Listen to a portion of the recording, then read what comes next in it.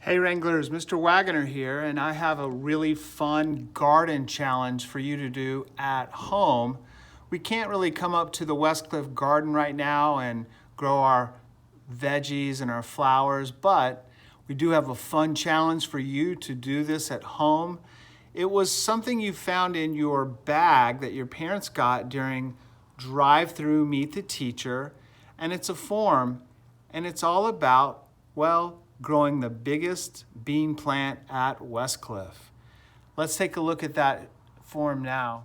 Okay, Wranglers, here's that paper now. It says, Westcliff Garden Club presents Grow the Biggest Bean Plant at Westcliff. Watch this video in Mr. Wagoner's Google Classroom and upload pictures of your bean plant. Have fun with your parents. And oh, by the way, you can join the Google Classrooms for art, music, and PE by using the codes here on this paper. But y'all may have already joined the classrooms because they're the same ones from last spring. Here are the steps you'll need to follow to grow the biggest bean plant at Westcliff. But in this video, I'm going to show you what to do. I'm going to take these beans from my baggie and I'm going to place them in some water, and I'm going to leave them overnight to soften them up because we're getting ready to germinate these bean seeds. Now, I've got some already here that I used last night in the water. I've taken them from the water, and I'm going to come over to the sink to get some water on my paper towel. So I'm just going to dampen this paper towel, and I'm going to squeeze it pretty good. I don't want a lot of water, but I don't want this paper towel to be dry either. So I'm going to open up this paper towel just a little bit, about halfway.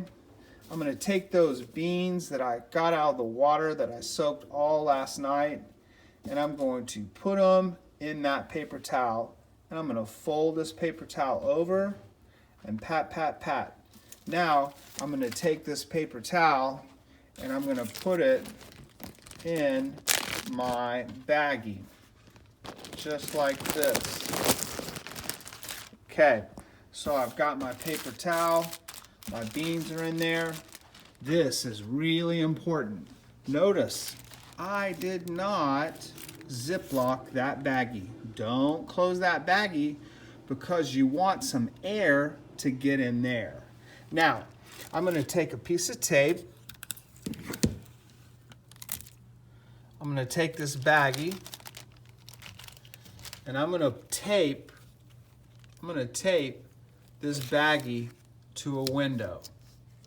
Another reason why you want to leave this open is because you want to be able to pour a little water in there each day just to keep this moist.